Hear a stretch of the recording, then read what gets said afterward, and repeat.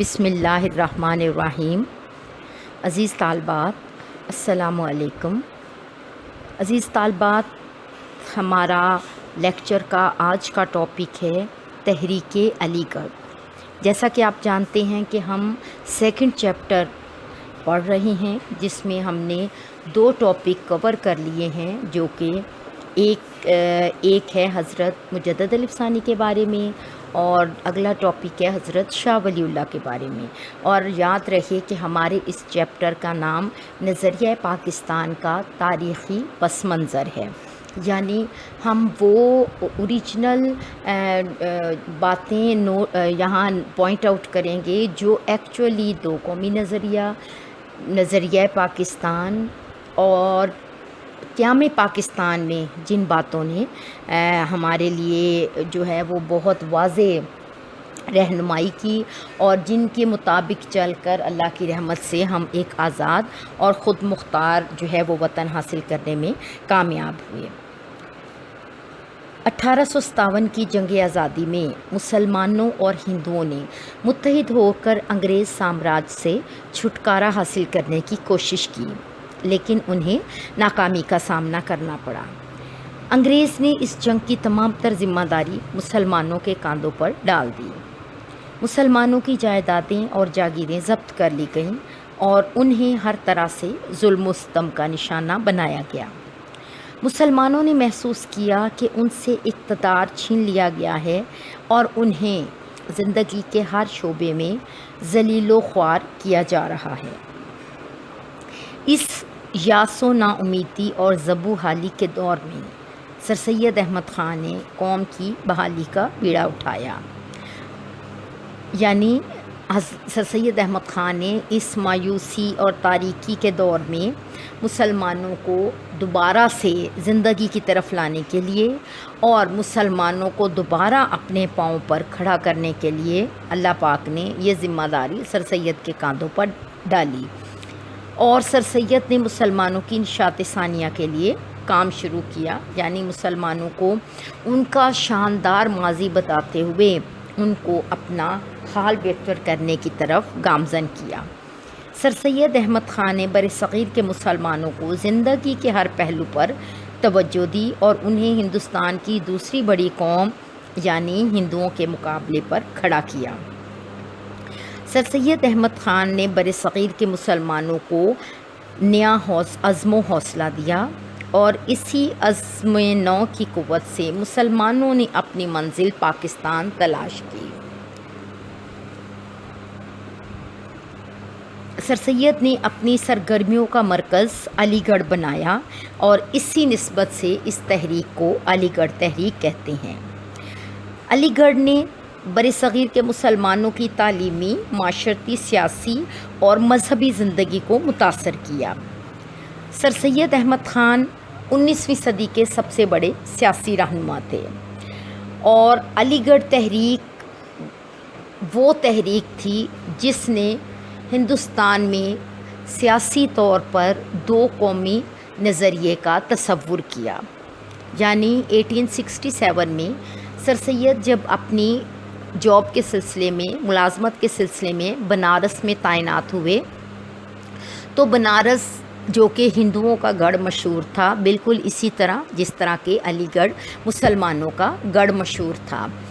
تو بنارس کے ہندوؤں نے مسلمانوں کی زبان، اردو زبان اور فارسی رسم الخط کے خلاف ایک محاذ کھڑا کیا ہوا تھا، اور وہ ایکچولی دیوناگری جو ہے ہندی زبان اور دیوناگری سنسکرت یا ہندی زبان اور دیوناگری رسم الخط کو رائج کرنا چاہتے تھے۔ سر سید احمد خان بذات خود بہت براڈ مائنڈڈ لبرل آدمی تھے، لیکن اس کے ساتھ ساتھ وہ ان باتوں پر بھی یقین رکھتے تھے کہ جب کوئی قوم کسی قوم کو جڑ سے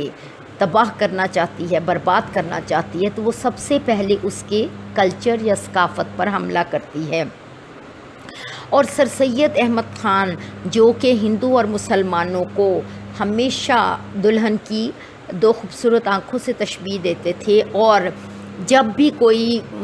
بل پیش کرنا ہو، جب بھی کوئی مطالبہ کرنا ہو، تو وہ لفظ استعمال کیا کرتے تھے، اور انڈین اور انڈین، یعنی نہ مسلم نہ ہندو، اور انڈینز، اور وہ تمام لوگوں کو ایک ہی قوم سمجھتے تھے۔ لیکن جب انہوں نے بنارس کے ہندوؤں کا تعصب دیکھا، ان کا یہ انتہا پسندی دیکھی، تو سر سید اس قدر ڈپریس ہوئے، اس قدر ڈس اپوائنٹ ہوئے، کیونکہ ڈس اپوائنٹ وہ ہوتا ہے جس کا جو بالکل فیئر ہوتا ہے، اور انہوں نے جب یہ دیکھا کہ یہ قوم تو اتنی کھوٹی ہے اور ہم نے ساری زندگی اس قوم کا بھلا کیا، تو انہوں نے اپنے دوست کمشنر بنارس سے گفتگو کرتے ہوئے پہلی دفعہ لفظ اور انڈین مسلم استعمال کیا، تو آپ کے دوست اس طرح چونکے کہ جیسے سر سید نے کوئی بہت عجوبی مطلب کوئی ایکسٹرا بات کر دی ہے۔ سر سید اس دن اتنے ڈپریس تھے، تو انہوں نے کہا کہ مسٹر کمشنر، ابھی تو یہ نقطہ آغاز ہے، اور آگے آپ دیکھیں گے کہ ان دونوں قوموں کے درمیان زندگی کے مختلف معاملات کو لے کے اتنی خلیج اور اتنی دوری پیدا ہوگی کہ اس کو پاٹنا یا اس کو پار کرنا یا اس کو کور کرنا بہت مشکل ہوگا۔ تو اس طرح سے سر سید احمد خان نے برصغیر پاک و ہند میں سیاسی طور پر دو قومی نظریہ جو ہے اس کا تصور پیش کیا، اور یہی دو قومی نظریہ تھا جو آگے چل کر تحریک پاکستان کی بنیاد بنا، اور اس کی بنیاد پر پاکستان جو ہے وہ ایک آزاد اور خود مختار وطن دو قومی نظریہ کی بنیاد پر حاصل کیا گیا، جو بعد میں نظریہ پاکستان بنا۔ اب ہم اس تحریک کے شروع کرنے والے یعنی کہ سر سید احمد خان کے بارے میں دیکھتے ہیں، ان کی حالات زندگی اور پیدائش کے بارے میں دیکھتے ہیں۔ سر سید احمد خان دہلی کے ایک معزز خاندان کے چشم و چراغ تھے۔ آپ 17 اکتوبر 1817 کو دہلی میں ایک علمی اور ادبی گھرانے میں پیدا ہوئے۔ آپ کا ننھیال شاہ عبدالعزیز رحمۃ اللہ علیہ سے عقیدت رکھتا تھا، اور والد میر متقی دہلی کے مشہور بزرگ شاہ غلام علی کے مرید تھے۔ سر سید احمد خان کو بچپن میں تعلیم حاصل کرنے کا کوئی زیادہ شوق نہیں تھا، لیکن چونکہ آپ کا علمی اور ادبی گھرانہ تھا تو بہت ہی جلد سازگار ماحول میسر ہونے کی وجہ سے آپ جو ہے آپ کی دلچسپی تعلیم کی طرف بڑھنی شروع ہو گئی۔ سر سید احمد خان کی زندگی میں ٹرننگ پوائنٹ اس وقت آیا کہ جب سر سید احمد خان نے 1857 کی جنگ آزادی میں آپ ضلع بجنور میں تھے، اور وہاں آپ نے اپنی زندگی کو خطرے میں ڈال کر بہت سی انگریز عورتوں، بچوں اور بوڑھوں کی جان بچائی تھی انسانیت کی نام پر۔ چنانچہ آپ کے اس اقدام کو انگریزی حلقے میں بہت عزت اور احترام کی نگاہ سے دیکھا گیا، اور نتیجہ یہ ہوا کہ جنگ کے اختتام پر سر سید احمد خان کو خلعت فاخرہ عطا کی گئی اور آپ کو شاہی وظیفہ ملا۔ چنانچہ سر سید احمد خان کو ان کا بچپن نہایت ہی شاندار انداز میں گزرا، اور سر سید احمد خان کے دادا ایسٹ انڈیا کمپنی میں ملازم تھے، اور نانا جو تھے وہ سفارتکار بھی تھے، اور آپ کے نانا جو ہے وہ بھی شاہی خاندان سے بلونگ کرتے تھے، یعنی جاب کرتے تھے۔ چنانچہ آپ کا چونکہ ڈائریکٹ شاہی خاندان سے تعلق اس سینس میں بن گیا کہ جو امپلائیز ہوتے تھے ان کو بھی وہی مراعات حاصل ہوتی تھی، تو سر سید کا بچپن بے حد شاندار گزرا۔ اور پھر جب سر سید احمد خان بجنور میں تھے تو اس طرح بنارس میں تھے، تو اس طرح سر سید احمد خان کو چونکہ انہوں نے وہاں سروسز دی تھیں پرسنلی، تو آپ کو بھی خلعت فاخرہ اور وظیفہ ملا۔ تو سر سید کو انگریزی حلقے میں بہت عقیدت اور عزت اور احترام کی نظر سے دیکھا جاتا تھا، ایک مسلمان ہونے کے باوجود۔ اور اس کی کیا وجہ تھی؟ کیونکہ سر سید کی خدمات بہت زیادہ تھیں۔ 1837 میں سر سید احمد خان کے والد کا انتقال ہو گیا، اور اگلے سال آپ کے بڑے بھائی کا انتقال ہو گیا۔ یہ دو صدمے سر سید احمد خان کے لیے اس قدر جان لیوا تھے کہ آپ کا دماغی توازن کافی زیادہ متاثر ہوا، یعنی آپ ڈپریشن کی گہرائی میں چلے گئے، اور آپ کچھ وقت کے لیے دہلی کے کھنڈرات اور اس طرح جنگلوں میں اور بیابان جگہوں پہ نکل گئے۔ لیکن جو تعلیم یافتہ شخص ہوتا ہے، جو اعلیٰ حسب نسب والا ہوتا ہے، وہ ان جگہوں پر بھی تعلیم ہی کے پہلو ڈھونڈتا ہے۔ چنانچہ سر سید احمد خان نے جو ہے وہاں دہلی کے کھنڈرات کے بارے میں جو ہے وہ آپ نے ایک کتاب لکھی۔ اس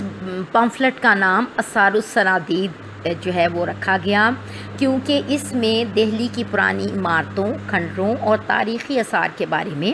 معلومات فراہم کی گئیں، اور آثار الصنادید کا مقصد مسلمانوں کے شاندار ماضی کو محفوظ کرنا تھا، اور اس وجہ سے آپ کو ایشیاٹک سوسائٹی آف لندن کا اعزازی رکن بھی بنا دیا گیا۔ یعنی سر سید احمد خان جو ہیں وہ اپنے وقت کے ایک عہد ساز شخصیت تھے، 19ویں صدی کے سب سے بڑے سیاسی رہنما تھے، مسلمانوں کے لیے نجات دہندہ تھے، اور سر سید احمد خان نے اپنی پوری زندگی، یعنی 1817 کو پیدا ہوتے ہیں اور 1898 میں آپ کی وفات ہوتی ہے، آپ نے اس سارے عرصے میں مسلمانوں کو سوائے تعلیم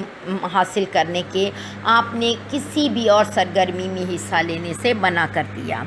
اور کس وجہ سے منع کیا؟ کیونکہ سر سید مسلمانوں کو دوبارہ سے ان کا کھویا ہوا وقار دلوانا چاہتے تھے۔ عزیز طالبات، چونکہ یہ ٹاپک بے حد طویل بھی ہے اور بے حد امپورٹنٹ بھی ہے، ہم اس کو اسی طرح ٹھہراؤ کے ساتھ اور بہت سمجھداری کے ساتھ پڑھیں گے، کیونکہ جس انداز میں آپ کو لے کے چلوں گی ہم اسی طرح یہ پڑھیں گے انشاءاللہ تعالیٰ۔ اگلے لیکچر میں آپ کو بتاؤں گی کہ سر سید احمد خان نے علی گڑھ تحریک جو کام کی اس کے مقاصد کیا تھے، اور مقاصد کے ساتھ ساتھ پھر سر سید کی تعلیمی خدمات کیا تھیں، اور تعلیمی کے ساتھ ساتھ ہم سیاسی معاشرتی خدمات بھی دیکھیں گے، تحریک علی گڑھ کی سیاسی خدمات بھی دیکھیں گے، مذہبی خدمات بھی دیکھیں گے، بر صغیر کی سیاست پہ اس کے اثرات بھی دیکھیں گے، ادبی خدمات بھی دیکھیں گے۔ یعنی ہم اس تحریک سے متعلق ایک ایک چیز کو ڈسکس کریں گے، تاکہ سوال کی نوعیت کچھ بھی ہو آپ کو اس کا اچھا سا آنسر آتا ہو۔